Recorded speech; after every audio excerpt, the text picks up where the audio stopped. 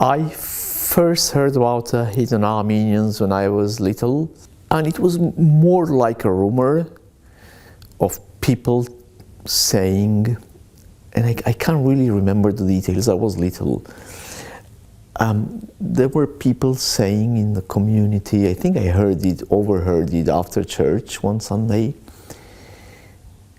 from another photographer in Buenos Aires, Martin Keskisian, his name, probably Keshishian, changed to Keskisian anyway. And he was saying, or he wrote an article saying that these other photographers, Shiraz, had found Armenian villages in Sasun. This being, the pre-internet era, it was a different world. It was, the Soviet Union existed. Turkey was a completely taboo place for Armenians, diaspora Armenians. Nobody dared to go or even think about going there. We knew there were Armenians in Constantinople, in Molis, but other than that, we thought that most other Armenians had either been exterminated or Turkified already. But there was this rumor. And then when I was 16 years old, there was an Argentine-Armenian journalist called Narciso Binayan Carmona, a man of encyclopedic knowledge, who loved Romania, by the way. Narciso was almost pathological hoarder of books. He had probably one of the largest private libraries in Argentina, of about 40,000 volumes at home. And he was friends with my father, not very close, but they were friends. And by the time I was 16, since I was very little, I knew I wanted to be a journalist. And he had agreed. He worked for an important newspaper in Buenos Aires, La Nación. It's a broadsheet, traditional newspaper. He had agreed to, from time to time to receive me, discuss international affairs. And very often when I would drop by to visit him at his apartment, I would be made to wait in his library, in one of the many rooms that were his extensive library. And I would love to, that's something I love to do. I pick books randomly and I open them randomly and see what comes up in the pages. So I picked up a little volume called Le Musulman Oubli. So that's in French, The Forgotten Muslims. It was a curious title, so I picked it up and I opened it into a page, I think it was page 60 or something, 62, I don't remember. Anyway, and one name caught my attention. It said Hamshen Uhemshin.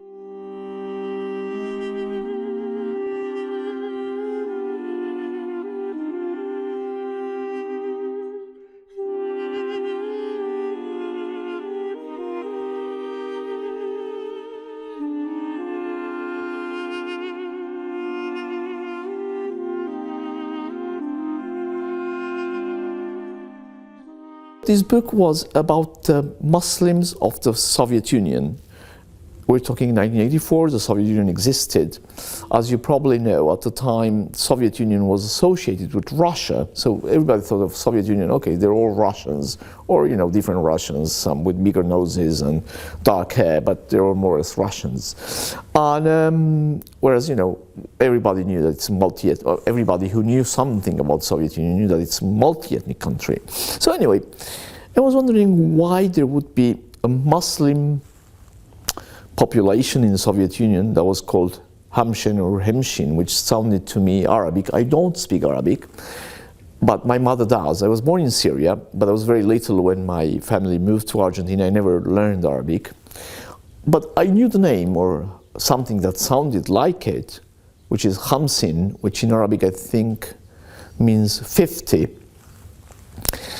And it's also the name of a wind, a Sahara wind, Hamsin. And the surprise was even bigger when I read It was just a graph or two, a paragraph or two that said, Muslim Armenians who speak an archaic dialect of Armenian, who live in Abkhazia and Georgia, and some have been deported by Stalin to Kazakhstan or Kyrgyzstan or both of them. And I was completely taken aback. It was the first time I read about Muslim Armenians. And I remember that evening asking my father, did you know about these people, the Hamshens, the Hamshenses? I didn't know anything about them. And he very vaguely told me, oh yeah, my son, they are Turkified Armenians.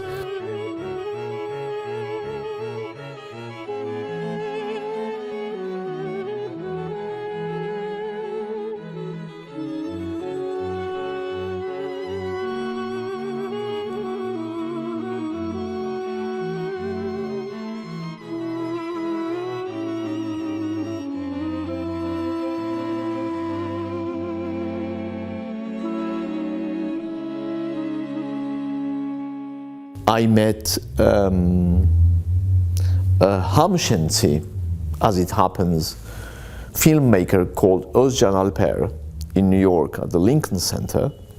He was presenting his movie Sonbahar. In the Q&A session, I had a difficult question for him about the genocide. And this is 2009, 2 years after Hrant Dink's assassination. But he was very brave, being a Turkish citizen in a hall where there were other Turks. He used the word genocide, which is something I appreciate, which was per se a recognition by a Turkish citizen of a historical fact denied by his own state. So I asked him, how come the Hamshensis, being of Armenian descent and speaking a dialect of Armenian, had been spared the massacres during the genocide? And I was surprised by his answer.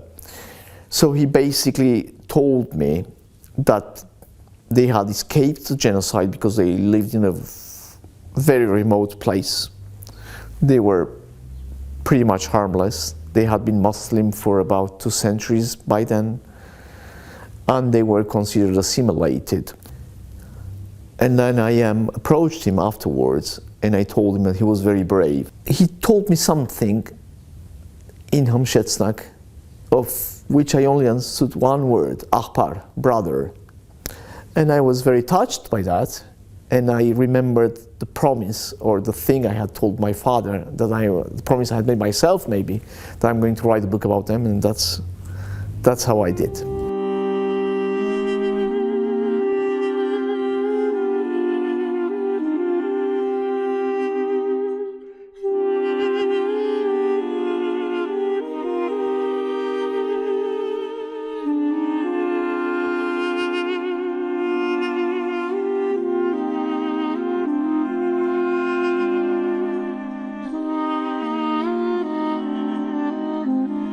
So I went there, especially after learning that it was, after all, it wasn't a myth, that there were hidden Armenians, as Hrant Dink was saying. He said that there were 2 million Armenians. He probably knew what he was talking about. He was one of them, actually. He was an Armenian from Malatya, so he knew what he was talking about. He probably had a basis for claiming that, but I don't. I wanted to see Armenian life in the historical provinces where the genocide happened. I did find that. It does still exist. But it's different than what I thought. I did 2 major trips. The first one was very brief. It was an introduction to what I was going to do. An exploratory trip in 2011.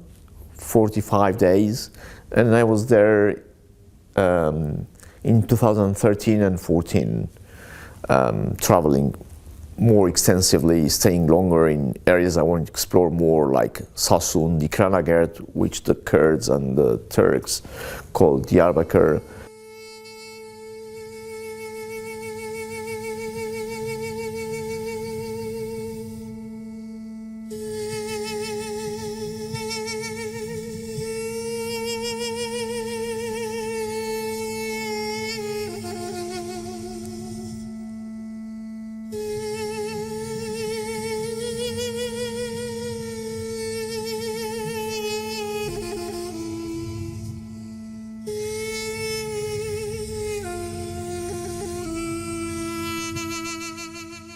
I organized it into 10 regions in the book. It's more or less an arbitrary decision. So I basically took the 6 vilayets, or the 6 traditional Armenian provinces of what used to be the Ottoman Empire, and plus Giligia, Cilicia, and Hamshen. And I added some Asia Minor communities that fell outside the confines of what was Western Armenia, like Kastamonu, Amasya, Gümüşhacıköy, which are in the Black Sea. And the reason for that is that there were still pockets of Armenians living there. I organized it like that because that was the material I had. For example, I went to some places where I couldn't find or speak with any Armenians. The Malatya Armenians, in their emails, nominally, were welcoming me, and while I was waiting for them there, they never turned up. So I finally, it took me a few days to realize that it was a polite way of saying thanks but no thanks, and they had probably good reasons. Malatya has a terrible reputation in terms of aggressions against Christians, some young Turkish nationalists. I think they were grey wolves, Bozkurtlar. They had decapitated a priest, an Italian priest, I believe, in 2006, 7, something like that. So it's a place where you have to be really careful about your Armenian roots. I had met a Malatya girl who had found out her entire family was of Armenian origin by the age she was 16. After that decapitation of this Italian or this Christian missionary or priest in Malatya, because they got police protection outside their home, and she was wondering, why are we getting police protection? And her family had to tell her, well, we're Armenian. And she only found out by chance after she was 16 or 17. She didn't even know. Her family had kept it from her until then.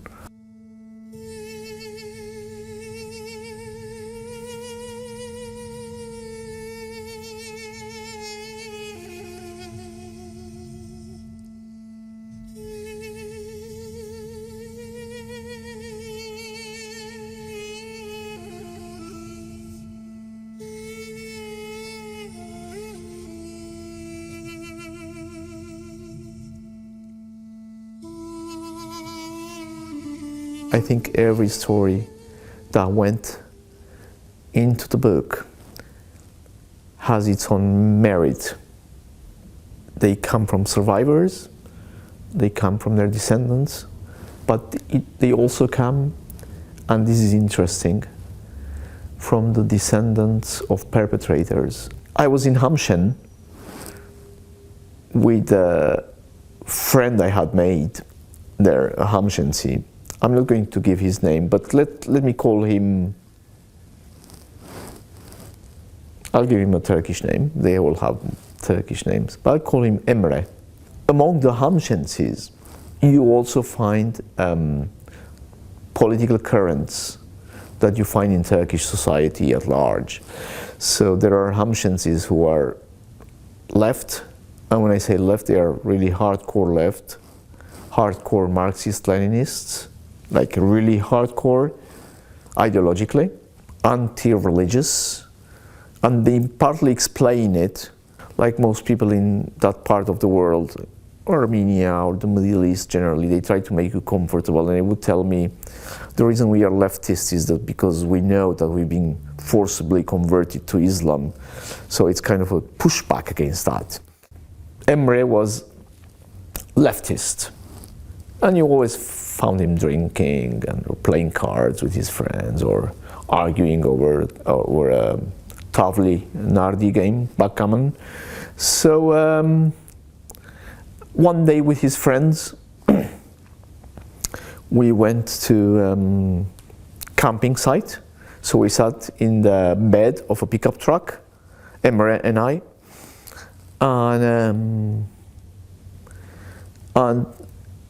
the region of Hamshen, the Pontic region, is tends to be very cloudy. It's very rainy, and there are lots of jokes about that. And the weather is variable. It's like Florida. You know what about Florida? They say if you don't like the weather in Florida, give it 5 minutes. So you know it can be sunny, and then it becomes dark. It looks like apocalyptic, and then you know there is a downpour. So when we sat in the back of the truck, it was sunny. As the truck was going, it became cloudy.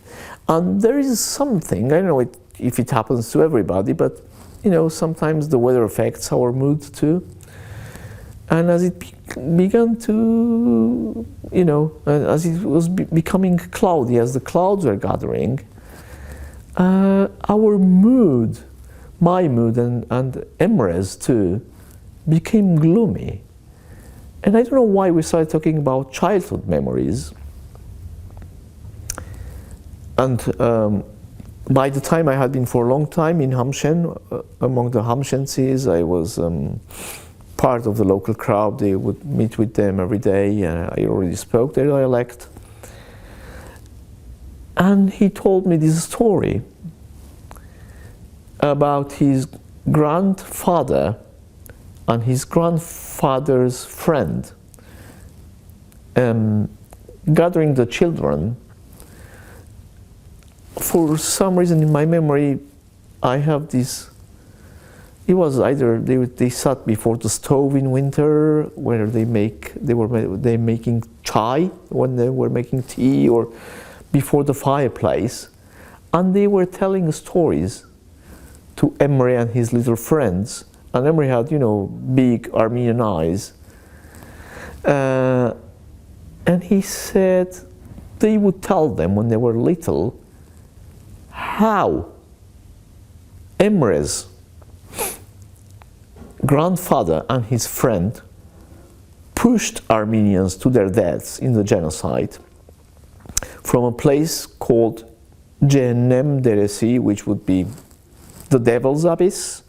And he was telling me this in his beautiful Western Armenian dialect of Hamshetsnak. In Hamsheneren we were talking. It was the two sides of the Armenian nation. Myself, the grandchild of genocide survivors, and himself, the grandchild of Armenian converted to Islam and perpetrators. And it's still, you know, it still gives me shivers down my spine, because I remember Emre's face and his big eyes. When he told the story, he opened his eyes wide and he said we would listen to them in awe. And I was trying to imagine, how does a story like that impact you?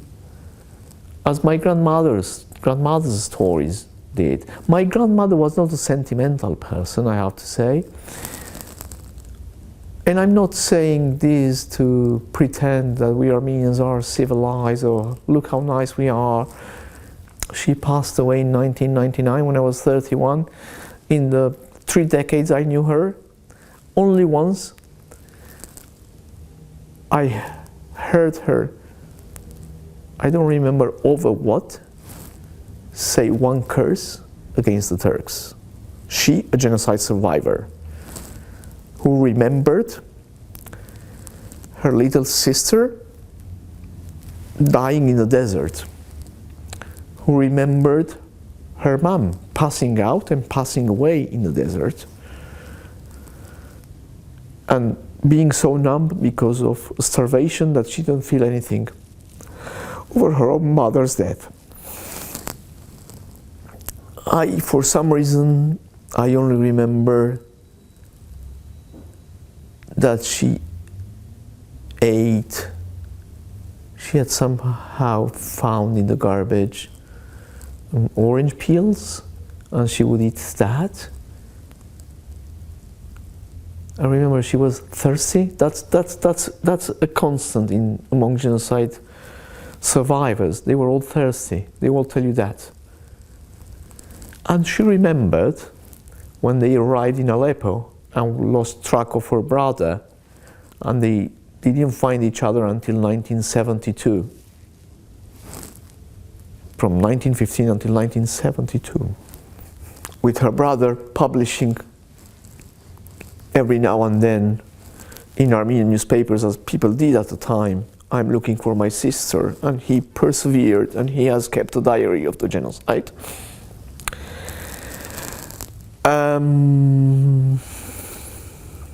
She remembers when they arrived in Aleppo, outside the Armenian church of the 40 martyrs, Karasulmangans, where I was baptized.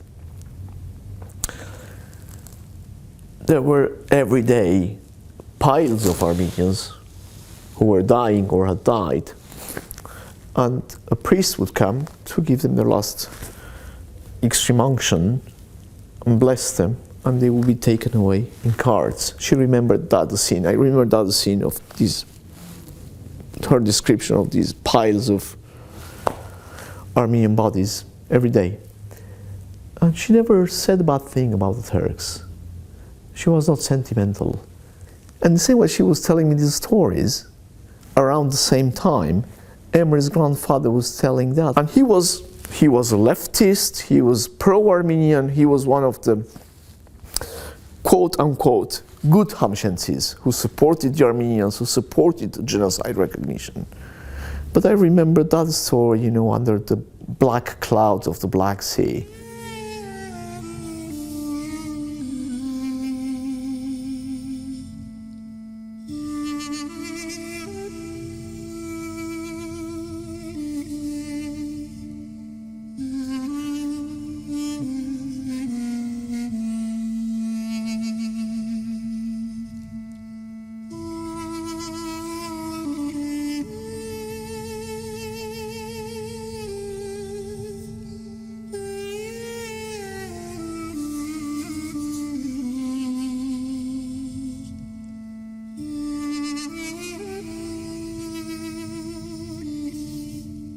Common theme is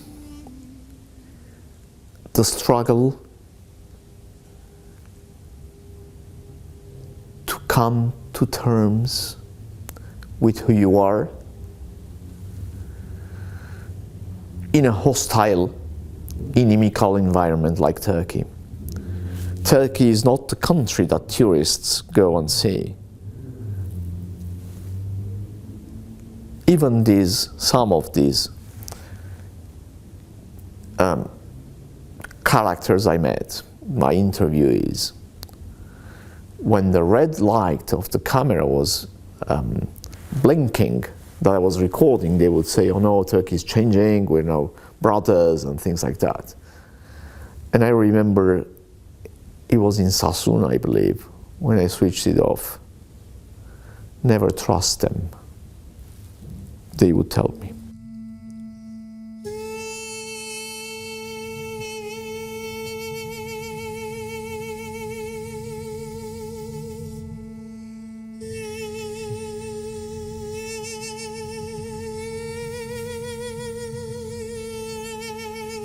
And I relished when the Turkish nationalist had found out that he was of Armenian origin because of his DNA test. And I would see his face grimacing and trying to come to terms and, oh my God, how come this tragedy happened to me? Why?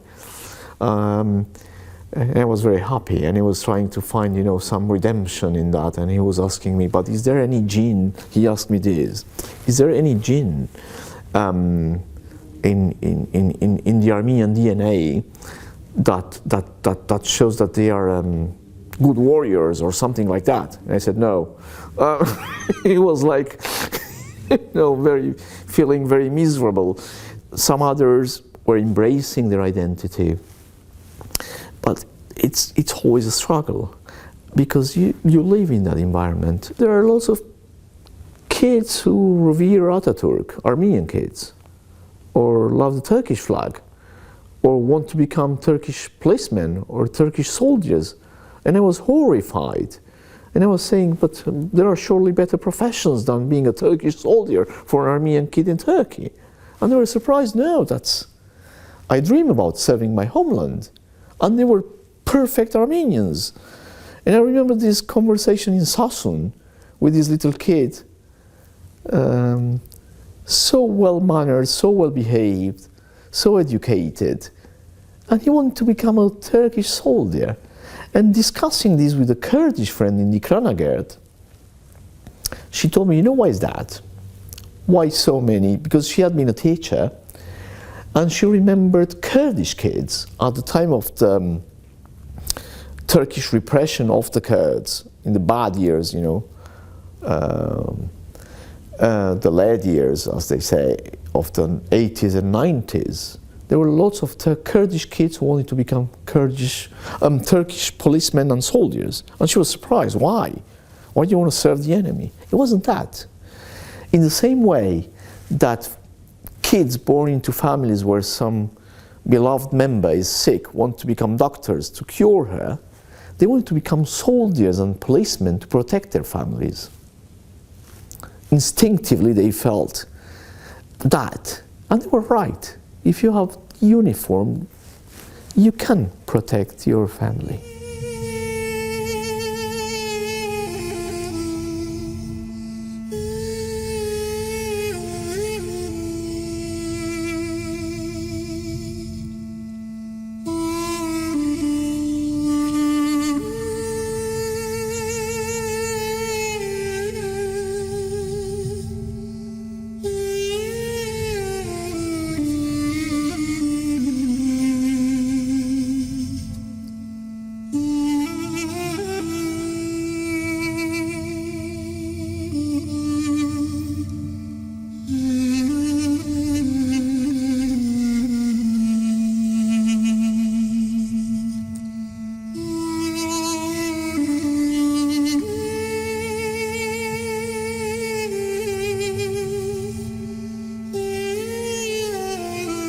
So there are lots of rumors that the PKK, the Kurdish insurgency, is full of Armenians or hidden Armenians, and the nationalists and the Kurdish Islamists or the pro-Turkish Kurds, because those exist too. We don't know about those, but they do exist, and in big numbers. They call them sünnetsizler, which in Turkish means the uncircumcised. That means the non-Muslims. That means the Armenians. But anyway, I found very few former PKK militants who were Armenian. I spoke with one of them. He was a totally committed PKK militant, Marxist-Leninist in his discourse. It kind of, you know, his views on Armenians and Armenian demands really didn't match mine as an Armenian. He was all for the Brotherhood of Nations, building a democratic Kurdistan. I told him, you know, these are Armenian lands. Oh, no, but that's something we can discuss later. I don't know about that. I want a democratic Kurdistan where everybody, you know, can have brotherly relations with all peoples. It's going to be multi-ethnic. So he wasn't very much into, let me call it Armenian patriotism, or if you want nationalism, I don't have a problem with that. I love my homeland, I love my country, I love my people. He wasn't too much into that. He was more, you know, a PKK militant who believed in the dogma and the ideology. But he told me, and of course, the genocide was one of the reasons that drove me to join the PKK. And I told that to Apo. Apo is Abdullah Öcalan, when I met him. I told him I'm Armenian, and part of the reason why I'm joining the PKK is for justice for my ancestors. He remembered when he was little, every Friday in their little village, people after Friday prayers at the mosque would come to stone their house. These converted Armenians who were nominally Muslims, who were Muslims anyway, who didn't speak a word of Armenian, who just remembered they were of Armenian origin, and they were very scared about that because they were born Armenian. And they would come to stone the house every Friday. Now imagine you're a little kid, you're 6 years old. Imagine you're any age. You have neighborhood comes to stone your house because you were born something. And that's when he became sad.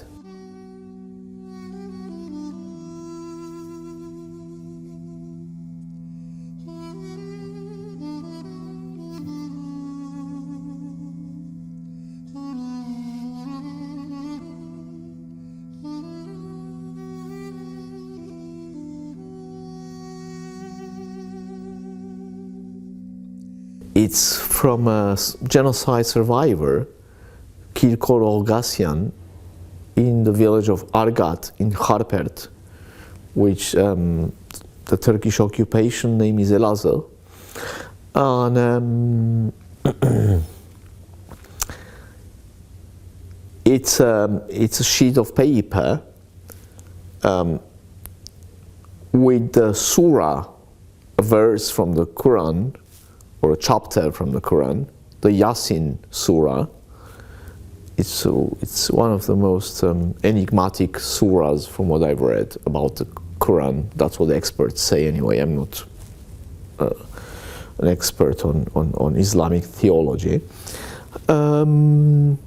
So it's that surah of Arabic words, obviously, coming from the Quran, in Armenian handwriting. And it dates to the early 1920s, 1921, 22, when he converted to Islam, and he used that to recite the surah for his conversion ceremony. And it's a testimonial of, you name it, survival, conversion, forcible conversion, continuation of genocide by other means.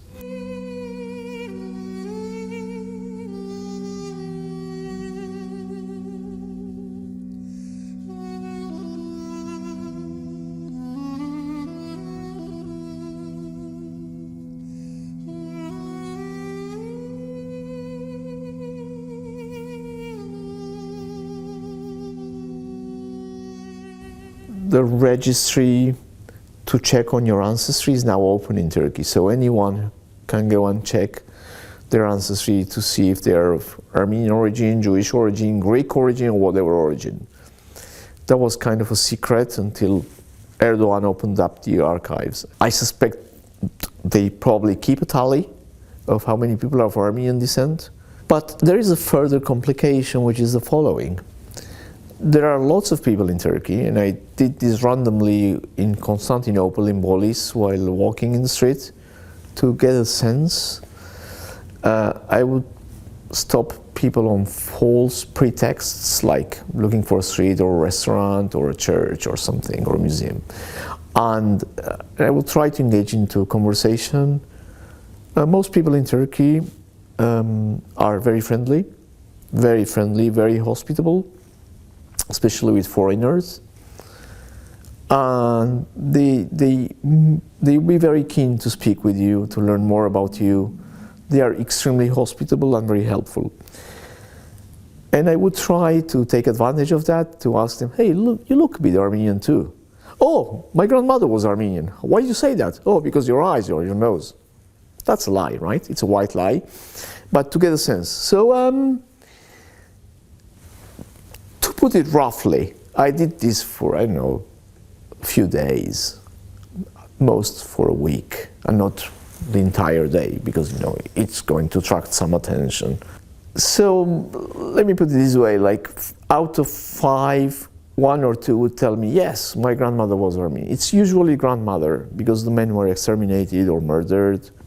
How many of these people would you want to call Armenian? Or how fairly can you label them as Armenian? Do they feel Armenian? They might. Or they might feel some sympathy. They may not. They may even not care. Some may even embrace it. But does that make them Armenian? Some perhaps were even hiding it from me, that they did have Armenian ancestors. So you don't know. It comes to a point, like this girl from Malatya I was telling you before, who didn't even know she was of Armenian descent, until, you know, the police showed up at their door to protect them. Touring these towns and villages, and asking idiotic questions like I used to do, like, hi, I'm Avo from New York, I'm looking for Armenians. Oh, he's coming for the gold that the Armenians have buried.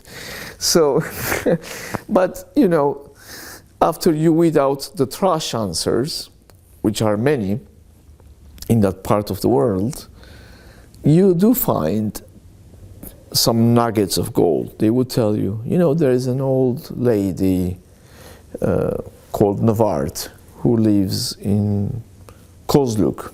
So you look it on the map, Kozluk, little place. Oh, okay, so I go to Kozluk, it must be, you know, a one-street village. And you arrive, and, you know, it's a big town. And you arrive in Kozluk, and they say, oh, well, you know, there are like, I don't know, 70,000 people here. Is she from Kozluk proper, or from any of the villages around? And how many villages are there? Dozens. So it's a huge country. It's really very big. It's like, why does he want to meet Armenians? You know, they've been trying to hide it for a century.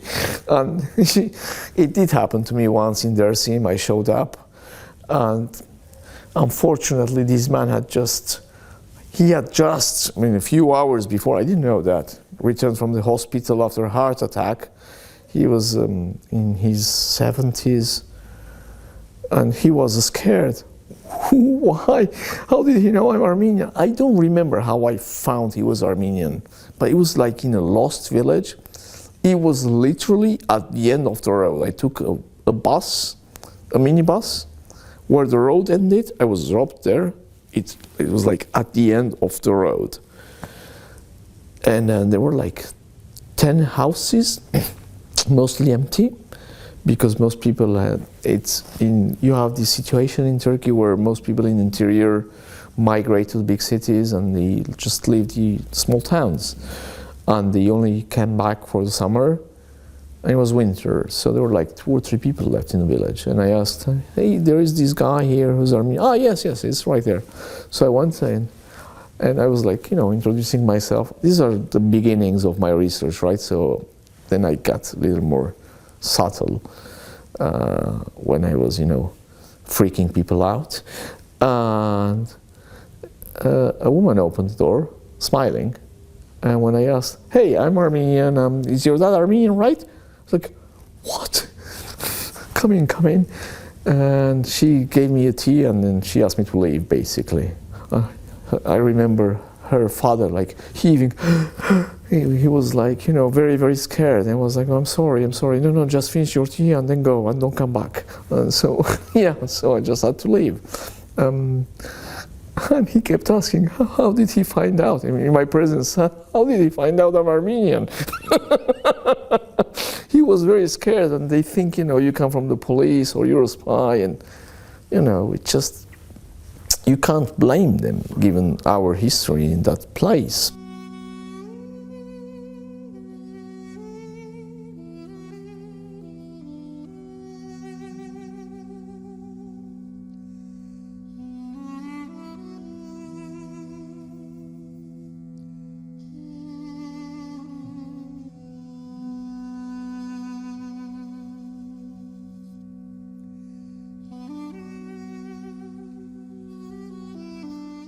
to get a grasp on the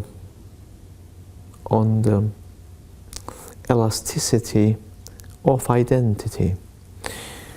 Identity is not a static quality. We have several layers of identity. We may obviously choose one over the other, or we may end up having one, even if we didn't choose that one.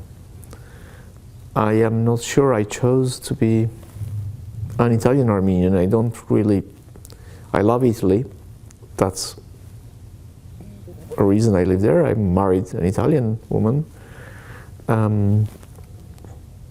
But I still find it strange after 8 years to heard myself described as an Italian Armenian or as an Argentine Armenian, which is, closer to truth maybe, or as an American Armenian, even though I was one. I am one. I'm an American citizen, but I no longer live in America. But I was born in Aleppo. So at the airport, what they say, and they never fail to see that at the airport, is that I was born in Syria. So, but I don't speak a word of Arabic. I was 1 year old and a half when I left Syria. So, and I remember Aleppo Armenian friends in New York laughing genuinely and without any malice when I told them, I am Halepci too, I'm an Aleppo Armenian too, and they were laughing. Yeah, I was born in Aleppo, but can I really claim to be an Aleppo Armenian? Well, no, really. So there are so many layers to identity. The way we Armenians relate to our identity is very thickly colored by the genocide.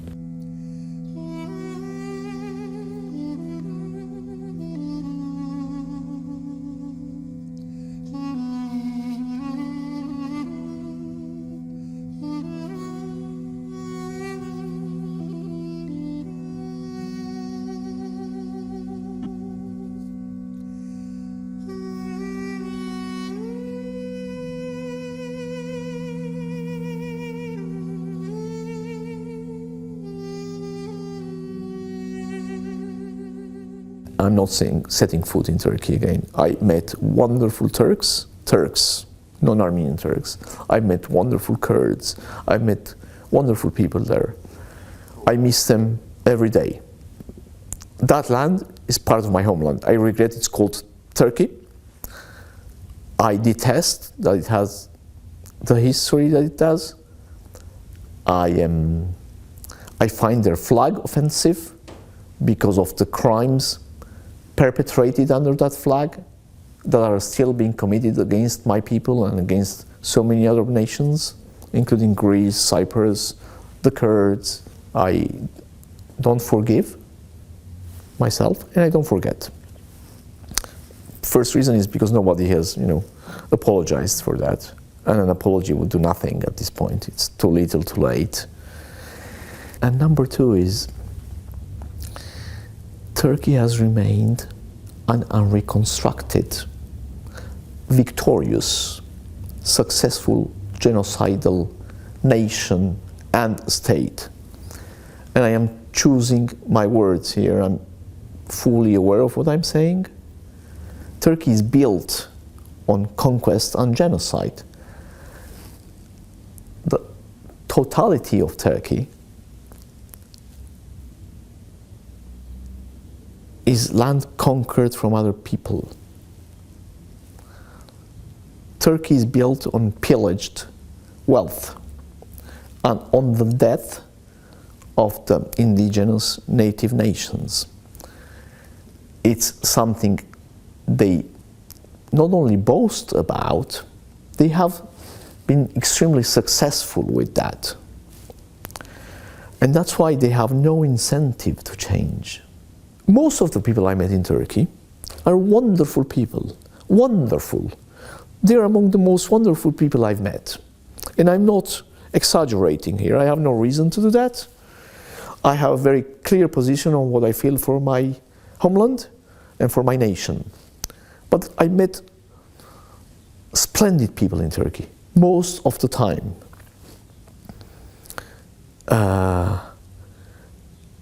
their hospitality and the lengths they would go to help an Armenian like myself, sometimes, overwhelmed me, defeated really my power of gratitude. And yet still,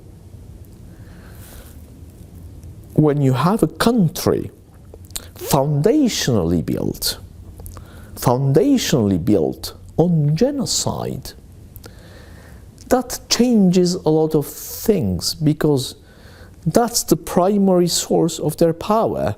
And that's why, for example, the Turkish state, Turkish governments have difficulties handling what to do with Saint Sophia. So, they convert it into a mosque and into a museum, then it becomes something else, then it becomes a mosque for a few hours a day. Because they can't really handle who they are. And Erdogan, at least, is now very honest about what they are. They are a nation of genocidal conquerors. That's what they are. And that's why they can't handle that thing sitting in the middle of Constantinople, reminding them of what they are. And I will give you one other example. I won't give you names. I met this wonderful person in Dikranagert, an architect. He's married to a woman of Armenian descent, converted to Islam, but now she's, I think, she was baptized in Armenian again. And this man is a very refined man, a wonderful person, He's an architect who specializes in reconstruction and renovation of historical buildings, including churches, mosques, and monuments, fortresses, that kind of thing. A very, very well-read person, and a great friend, a wonderful person who gave me, as a Christmas gift, a silver cross.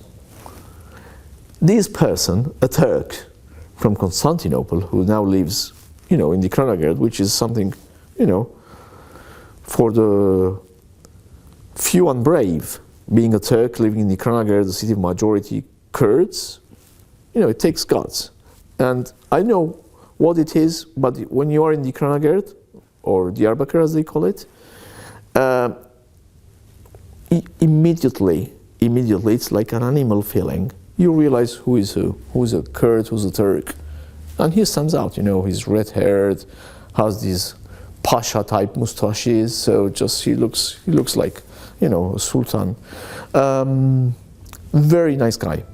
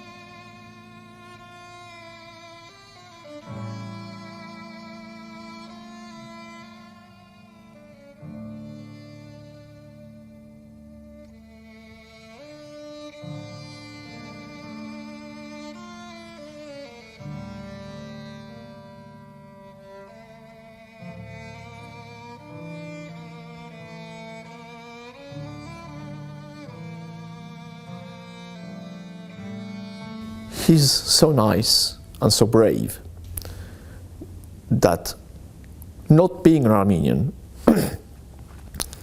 he would attend the commemorations in Dikranagert that until a few years ago they still did. I don't know now, because I haven't been following. In the memory of Hrant Dink, demanding justice, which is very brave of the Armenians there, but they're Armenian, right? He's not, he shouldn't, but he went there with his wife, holding a sign. And he went to the commemorations of the genocide. So all in all, a great guy, like those people, you look forward to having a conversation in this reconciliation process. And I am all for it, because I think it's part of the healing. But it's not fundamental, and I will tell you why. So this architect, we were having a conversation. I think it was the first night we met. He was just back from Mardin, where he had restored, I think it was if I'm not mistaken, a 13th century mosque. He had restored the minaret of this mosque, and he had discovered during the restoration process that in the balcony of the minaret there were little angels. And he told me, of course, that was done by yours, he told me, by Armenians, by your people. Why? I said, well, they smuggled these angels into a mosque. And it's normal, he said, that you would do that. Because, you know, mosques were built by Armenians and other Christians. Because we, the Turks, were busy defending the borders and conquering lands. And we told the Christians, you go and build our mosques and our homes and our cities. So, even among, I'm not saying every Turk thinks like that. There are other Turks who demand justice for the genocide. I'm not sure about the lands, which is another thorny topic here. But anyway, so this is a guy, a person who unequivocally supports Armenians, who's absolutely friendly, who recognizes genocide, married to an Armenian, wants justice for her hunting, pro-Armenian. But that's the mindset. Of course, that's what the states do in his thinking. They conquer land and they defend these borders by doing warfare.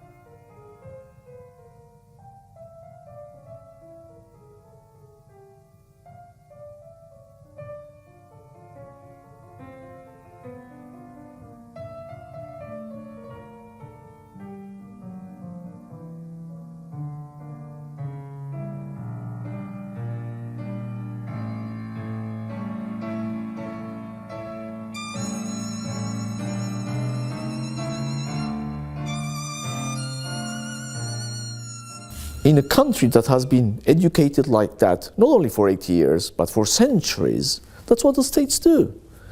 That's been foundational. You remember that our claim to these lands is that we are from there, and that we built these cities, and we built our homeland there, we had the states there.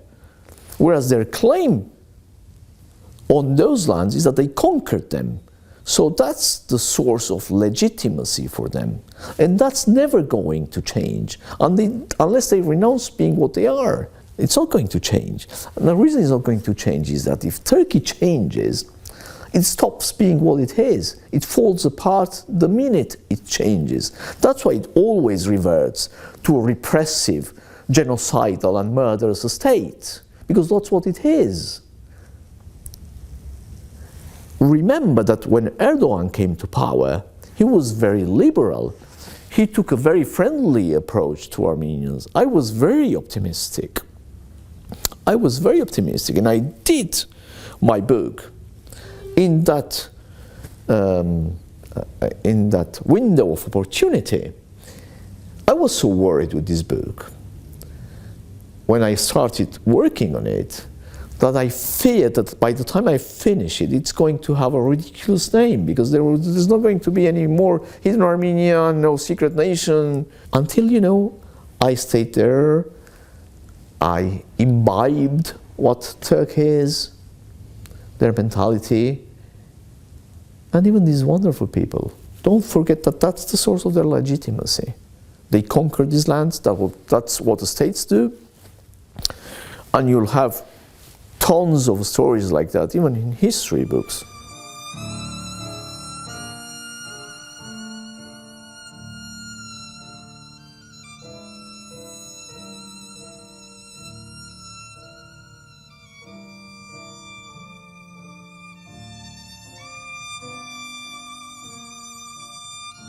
I was kind of taken hostage by a group of nationalists in the Hamşin area, Grey Wolves. They fortunately called the jandarma, which is the rural police of Turkey, and they kind of saved me. They really, I was alone on a hill, surrounded by these people. Nobody knew where I was anyway, so they could have done anything to me. They were threatening me. And I had a couple of encounters with the police in Dersim. And in a village called Modik, in Armenian, Mutki now in Turkish, near Bitlis. Someone got violent with me. He attacked me. He tried to strangle me. In the Black Sea region, he was a Rum. Rums are the converted Greeks.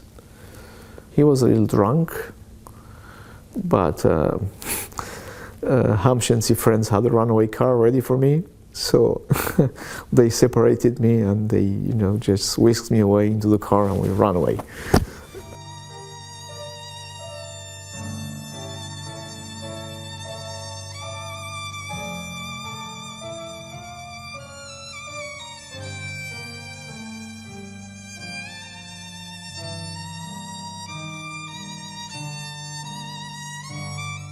On my father's side, my grandfather was from Kilis.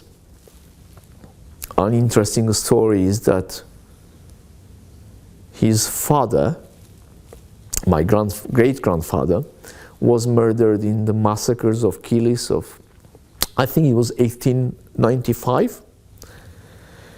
He was a dyer, a person who dyed leather goods in Kilis, and he was in the marketplace when a massacre of Armenians started. Usually massacres in the Ottoman Empire against Armenians, and this is also, I believe, mentioned by Raymond Kevorkian in his book. I think for the first time I read it there actually, in the Armenian Genocide. That's the book's name. Usually started in the marketplace. Massacres. They start massacring Armenian merchants to loot, right? So they murdered him. I think he was murdered by his own neighbors. In the family lore, he was murdered with an axe.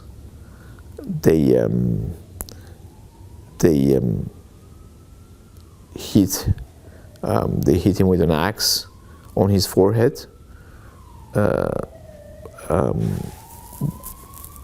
twice in the shape of a cross because he was Christian, and they threw his body outside the home, family home, at the time when my great-grandmother was having their second child, my great uncle Alexander, at the same time. So his body was thrown when his wife was giving birth to his youngest son Alexander, and his last one, as it was. That's the family story. I have no way of proving it. I tried to find their house in Kilis, but it was an impossible and hopeless venture. I still tried.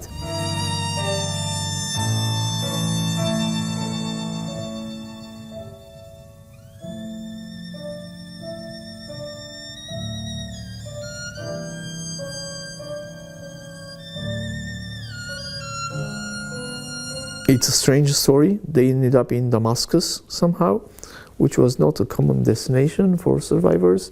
They mostly ended up in Aleppo. So I don't know, we don't know how she ended up in Gurun, as I said. It wasn't even Constantinople. We would say, okay, maybe she was, I don't know, a nurse, a missionary who went to Constantinople. We have no idea.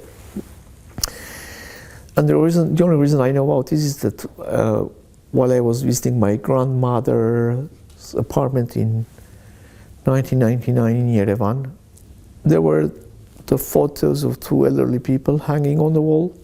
And I asked her who they were. And she told me, she's my grandmother, Maria, and she was Corsican. I was like, what? I thought I had misheard it. I thought maybe she was saying a town. But no, she insisted she was Corsican. And she said that this Corsican woman, Maria, my great-great-grandmother, missed her language very much, missed her town, her city, her country, her land. It's normal, right? So in Damascus, she would go with my grandmother, and I've heard that this pans out, that church does exist, apparently. There's a Catholic church run by Franciscan fathers in Damascus, and she would go every Sunday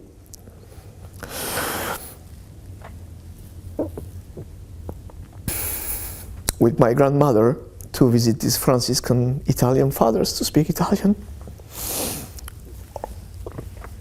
Or what my grandmother believes is Italian. Probably she spoke some dialect of Corsican, which is, you can mutually understand. It's a bit more difficult. And this Corsican Maria was deported along with the other Armenians during the genocide.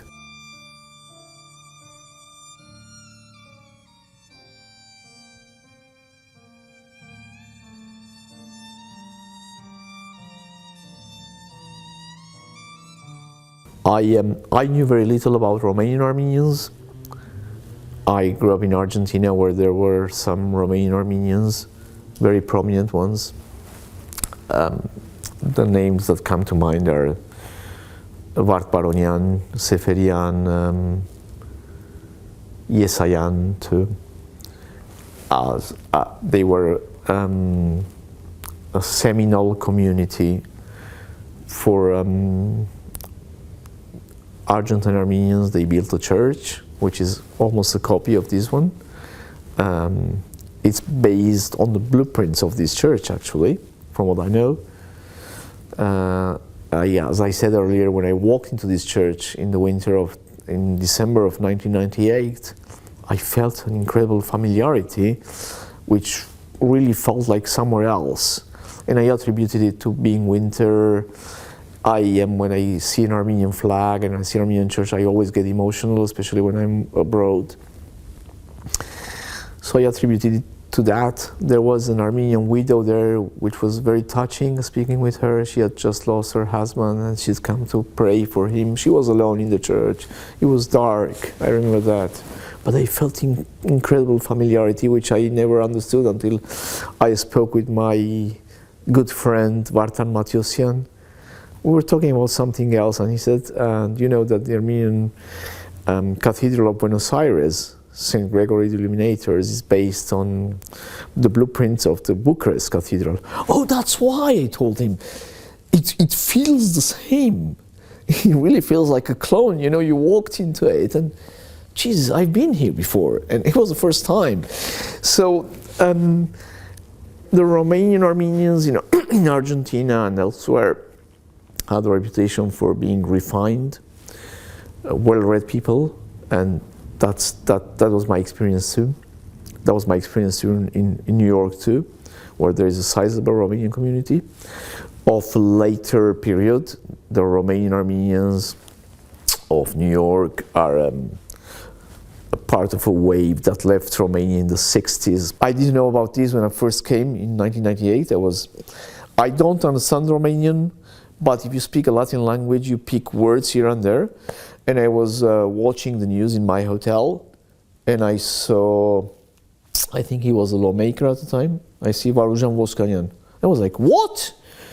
and I was like glued to the screen to see if I heard right. And it was Varujan Voskanyan, and I felt so proud. And this is the amazing thing. I was walking, it was winter, there was snow everywhere in Bucharest that day. The first night I arrived in Bucharest, that's something I do. It's not always appreciated by the people who are with me in my trips, but whenever I go, the first place I walk into, if there is one nearby, is McDonald's, because I know what there is, and I'm not picky with the food, but I know, when you walk into McDonald's, you know what they serve more or less everywhere in the world. So it's a safe bet. It was winter, I was hungry, so I walked into McDonald's, and the girl who was serving me at the till was her name was something like Mariana or Natalia Toros, the surname. And she was very friendly, and we started talking, and she asked me where I was from, and I told her I'm Armenian. Oh, I'm Armenian too, she said. Oh, really? And she told me this fascinating story of her grandfather being a Tashnak Tsagan from the Tashnak party, who had been deported to Siberia, trying to remember where he was from. I think this is interesting, he was one of those Armenians who had returned to Armenia in 46, 47. So he must have been one of these Natalia Torosis or Mariana, I don't remember. The surname was Toros, I remember that. Must have been one of those Armenians who had returned to motherland from either Greece or the Middle East, Beirut or Aleppo, had been deported to Siberia for being a Tashnak Tsagan, a nationalist Armenian, and I come from a historically Tashnak Tsagan family too. So I related immediately with her, very warmly, on that cold night in Bucharest. And after Stalin's death, he had returned to Armenia briefly and then had decided to leave for Romania. That's all I knew about this man, this girl's grandfather. But she knew where the church was. And her colleague at McDonald's told me, yeah, well, it's down the avenue. And because I knew, I was looking at the maps, this is before Google Maps anyway, 98. So, and it was such a joy to see the church, in its splendid majesty that night. I was so happy. It was closed, so I came back later. So anyway, one day I was walking up the street, coming here, obviously, that's what you do when you're an Armenian, you come to the church, right? And I see Varujan Voskanyan coming up the street. And like, Varujan Voskanyan, and he's, who are you? In Armenian. And when I said I was a journalist, he was like, no, just leave me alone. But I insisted so much. I can be a pest sometimes. It's part of the profession, as you know.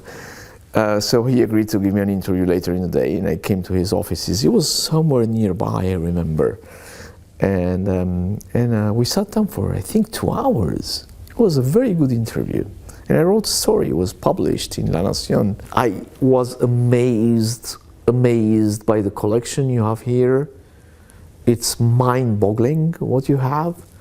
The relics, the church curtains that you have are amazing pieces of work, including the one that shows images or 17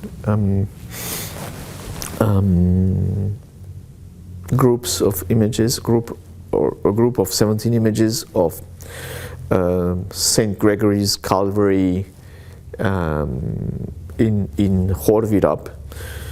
That made a huge impression on me, but generally this museum is amazing. I wished it was better known to diaspora Armenians.